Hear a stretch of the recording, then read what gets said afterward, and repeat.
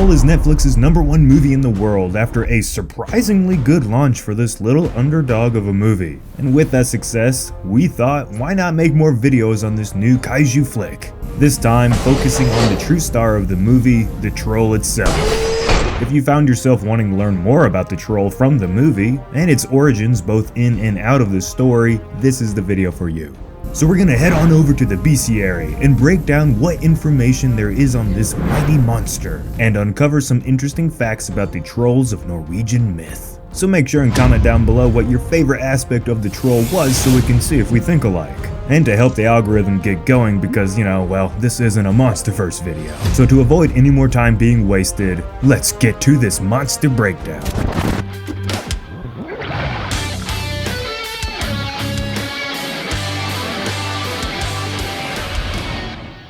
Before we get into this monster's wild and wacky appearance, or his fantastical powers, let's briefly go over the Norwegian myth of the trolls.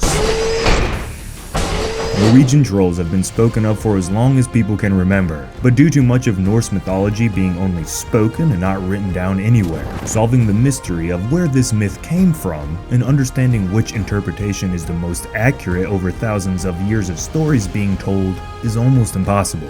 However, there is a base description of these mythological alpha beings. But what does it take to be an alpha troll? Sharp claws, big muscles, special powers? Pfft, it's the hair. With Keep's online subscription service, you can get 24/7 support that'll help get you that alpha result in less than a year.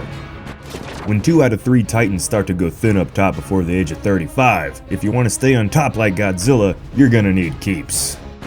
And living out in the sticks like myself makes it hard to go out to the store, so Keep straight to your door service will save you gas money and time, all very valuable to an alpha's rule. And remember guys, they have medical supervisors working for them that will communicate with you to help make sure you get the best service possible. They also have an award-winning shampoo and conditioner that helps naturally thicken your hair and would make any alpha happy. Hair loss stops with Keeps. To get 50% off your first order, go to keeps.com/Dangerville or click the link in the description. That's keeps.com/Dangerville. Now back to the video. Trolls certainly love keeping to themselves and hate modern day civilization, as they are connected to the natural world and despise anything that deviates from that. They prefer to live in harsh and rugged terrains, normally in the mountains or in giant caves. The stories describe them as living alone or in small, tight-knit families, and while they tend to be related in these smaller families, their appearances can be drastically different. Some are giants, like the one in the Troll movie, and others could be quite small, appearing like dwarves. There are even some stories that describe them as having multiple heads. So while no two trolls look alike, the one thing they do have in common is that they are monstrously unsettling in appearance. Now this is where some spoilers for the Troll movie come into play, so you've been warned. The lore coming from the Troll movie stays in line with the old myths and legends, and brings it to our TVs. This troll was once a great king of his kind, and grew himself a small family that resided in what would eventually become the capital of Norway. While interaction with humans hardly ever went well, the two species during the old times were able to coexist together for the most part,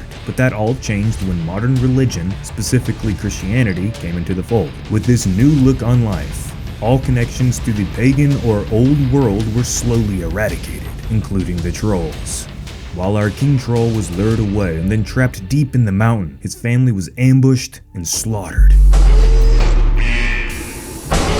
Visually, the troll looked something like Kratos mixed with a mountain.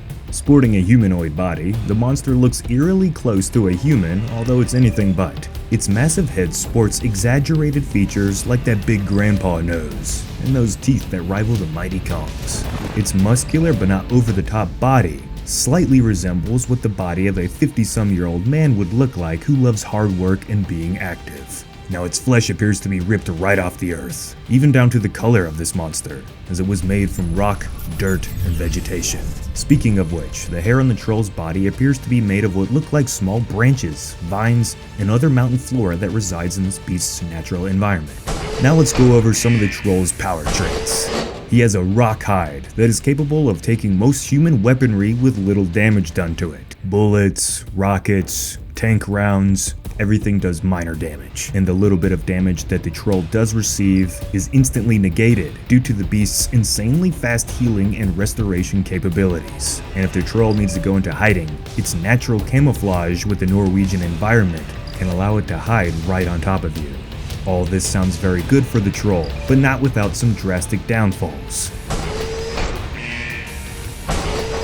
Certain frequencies like church bells can cripple the beast down to his knees. The monster's higher levels of intelligence allow him to be manipulated emotionally, and its number one weakness, the fact that UV light or direct sunlight will kill it in a matter of minutes. As soon as the direct light touches the monster's flesh, he starts to roar in agony and pain. With all that being said, was the troll good, evil, or maybe in between? Well, he saved a young boy from being crushed by a chopper that was going down by his own actions. That's a pretty good thing to do. However, he does seek out specifically Christian blood, slightly prejudiced, although I think in the lore of this story, there's a good reason for that. The troll destroys things that are different from the natural world, which I understand, but at the end of the day, destruction and death is destruction and death. A lot of his actions are due to him being the last of his kind, though, after his entire family and species were eradicated. Lots of emotional damage there. While the monster has no problems in killing pretty much anyone, he doesn't attack those who treat him with respect and like he's not just some dumb monster. And at the very end, he didn't kill the dog. That's a pretty big damn deal to me. So the final verdict on the troll being good or evil, well, he's a good soul maybe, but he's not made to live in a world with modern humans. So that makes him a chaotic neutral. So in closing, would this monster work in the Monsterverse? Yeah, I think it would.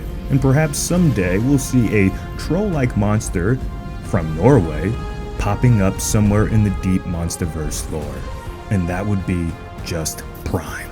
So residents, if you want more obscure monster breakdowns like this, you know what to do. Share this video around, comment, subscribe. Like I said in my troll review, which you can go check out now if you want, the algorithm doesn't really like when you go off tangent from your normal content, but Al and I are choosing to do this because, well, monsters are freaking awesome, not just the main ones. So on that note, everyone, I hope you enjoyed this video.